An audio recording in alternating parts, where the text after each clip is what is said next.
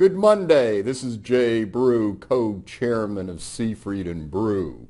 Well, playing off of last week and thinking about the yield curve and its steepness, and talking as we did last week that most likely we stay in the zero area on this part of the curve, questioning over the next 2 years which way this part of the curve moves, with the 10-year Treasury currently at a 287.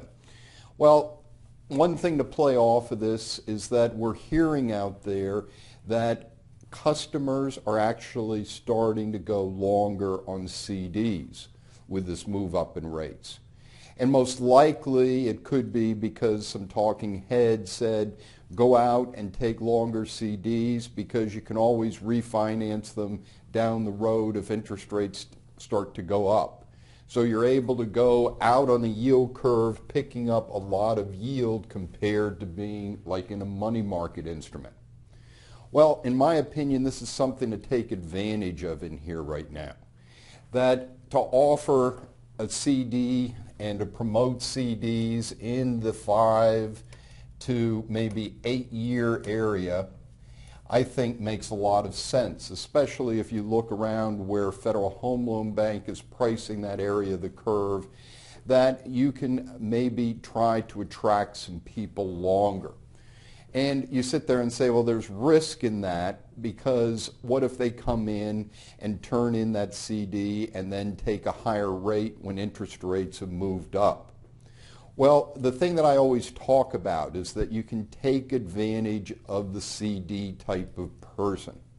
And the psychology of a CD type of person is that interest rates are always going to go higher. And you could even look at it from the standpoint of doing, say, like a 5-year to 8-year CD. And what you do is write a one-time put option that they can come in and move their rate up one time if they want to. And you might say, well, that sounds kind of crazy too, because not only are you giving them the ability to move into a higher rate product, you're making it easy for them.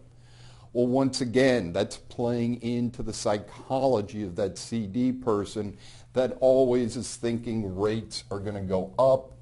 And what bankers have found in the past is that they don't take the option. In fact, bankers say in most cases, 95% of the people never take the option. So when we look at a hedge in here of moving some money longer out onto the curve in terms on the liability side, that over the next 2 years, this is going to make some sense. What's happened in the past here is the people have not been willing to move out on the curve. But now we're hearing it's not a large amount, but there's some interest in CDs longer. And if you have that interest, I would take advantage of it. Because when you look at it, planning your asset liability mix in here over the next 5 years is that we want to be moving some of that money longer onto the curve. You're not going to be able to do it all at once, and it might be worthwhile to take some of that money to move it out. Do you put that put option onto it?